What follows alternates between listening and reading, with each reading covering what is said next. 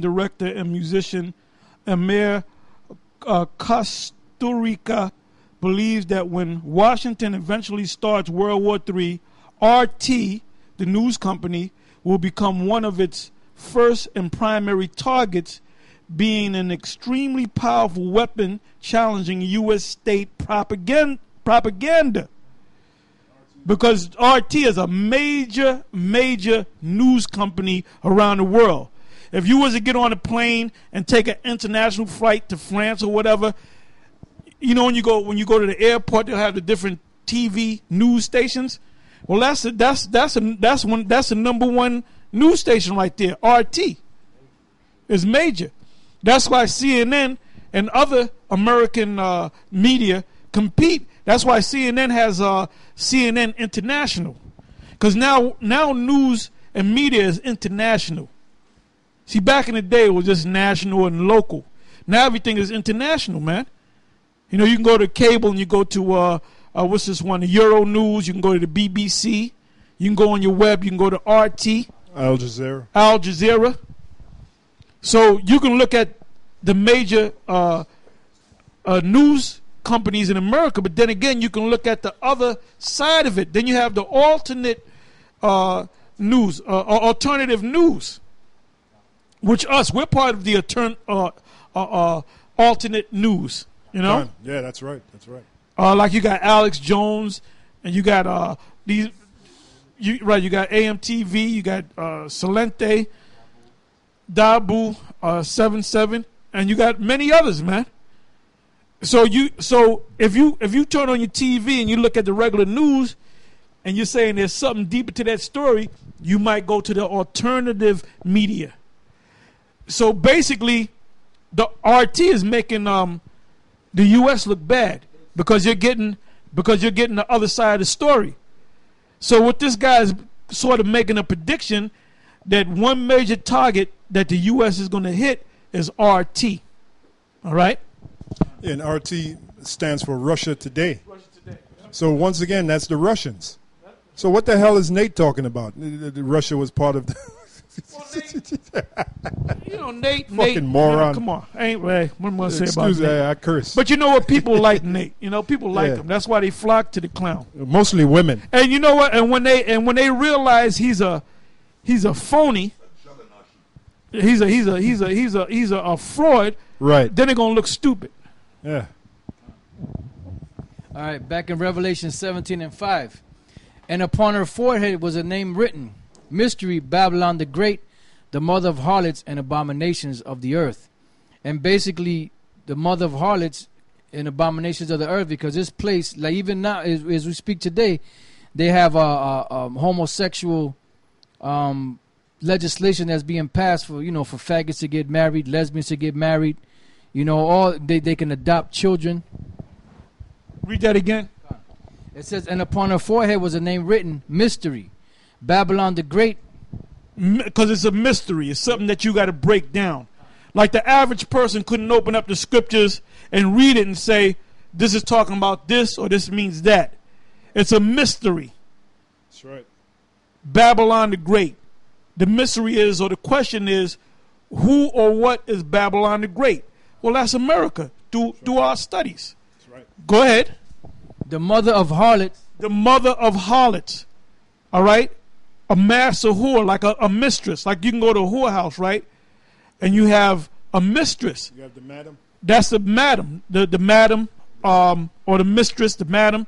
She's the head harlot, and you got to go to her to get with the other lower harlots, man. Right. And then when she dies, the top hoe takes her place. Right. Okay? Cause we know about that because we've been to harlot houses, and everybody wanted to pop the mistress, right? They wanted to pop the madam. The thing was, I want to get that madam, man. She's usually the sexiest one. Yeah, she's usually the sexiest one, man. But she's a little up in age, but she's still fine, man. She walks all feminine. That's right. That's right. Yeah. And it says, and abominations of the earth. And the filth of the earth. So when you put these together, we know that it's talking about Babylon. It's not talking about the ancient Romans. It's talking about the modern day Romans. This is Rome all over again. This is a Roman Empire all over again, but under a different name. NATO, and the extension of that is the EU. Go ahead. It says, and I saw the woman drunken with the blood of the saints and with the blood of the martyrs of Yahushua. And when I saw her, I wondered with great admiration. And like Apostle Gabar said, the red represented the blood, you know, which makes sense because they did slay all the saints here. The so-called North American Indians, which are Gad, and so-called Negroes, which is Judah, and rest of the other tribes. It says, verse 7. Oh, and you notice it says the blood of the martyrs of Yahushua. There's going to be more martyrs. Yeah. Because in this time of trouble that America is about to enter into, we'll create martyrs. And some of you brothers out there, you may have to die for this word. Done. You know, they might put your head in the guillotine, you know, and tell you if you don't take this chip, we're going to chop your head off. Hey, your attitude. That's the hour of temptation. That's the hour of temptation. Where them guys, you know, Nate's guys and Johanna's guys, they're going to bug out.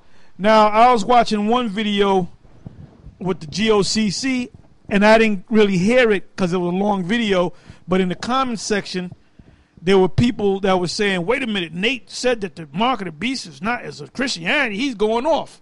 So I'm pretty sure they were talking about it in the video. I'll get time, I'll look at it again. Because you guys that teach that, you got to stand up to Nate, man. You guys got to stop being fucking PC Israelites, man. For real.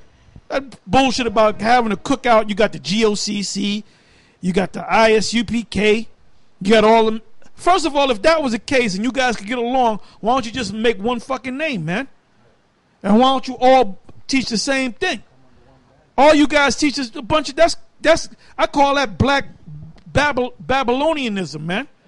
That's black Babylon. When the Kemetic crowd, the black conscious community get together with the different Hebrew groups, that ain't nothing but black Babylonianism, man.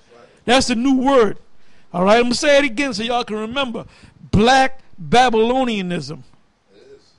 Because that picnic, that cookout that they're going to have, that ain't nothing but that's black Babylonianism. And Babylon means confusion. Black confusion. All right? Confusion. Black Babylonian juice. It says, and the angel said unto me, wherefore didst thou marvel? I will tell thee the mystery of the woman and of the beast that carrieth her, which hath the 7 heads and 10 horns. Say something on that. John didn't know. Yeah. Guess what? We know. Yep. John didn't know. He didn't understand what was going on. Daniel didn't know what was going on. He got sick. Yep. We know. We know all this, man. Yep. That's right. The Most High opened up our eyes in this time, man. But he gave them the prophecies. And they didn't fully understand it. It says, the beast that thou sawest was and is not, and shall ascend out of the bottomless pit and go into perdition, and they that dwell on the earth shall wonder, whose names were not written in the book of life from the foundation of the world. You got to go back, read it, and break it down. Con. When they behold the beast that was and is not and yet is. So it says, the beast that thou sawest was and is not. Because when John saw this particular beast dealing with America, he saw it in a vision, but it didn't actually exist at that particular time, because it wasn't until the future that it was going to come out of these nations. Read that again. Read again. The beast that thou sawest was and is not. Was is the Roman Empire. Is not. He saw in the vision that the Roman Empire was going to fall by a deadly wound, and then it was going to come back again, but it wasn't going to be called the Roman Empire. It was going to be called NATO and the EU. To understand that, give me a Revelation 13. Deadly wound. Because the Roman Empire was a great power. And it fell. And the Roman Empire is back. But they're not going to say this is Rome all over again. But if you look at how America, all right, which is really the head of NATO, their law system is based on Roman law. When you go to different universities to become a doctor, you better learn Latin. All those medical terms, the human body, they're all in Latin. You have a thing called legalese, which is the language of lawyers. And most of those words, really the majority of those words are Latin words, like corpus delicti.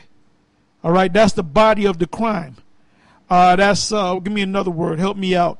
Prima facie. First on its face, prima facie. Stare decisis, meaning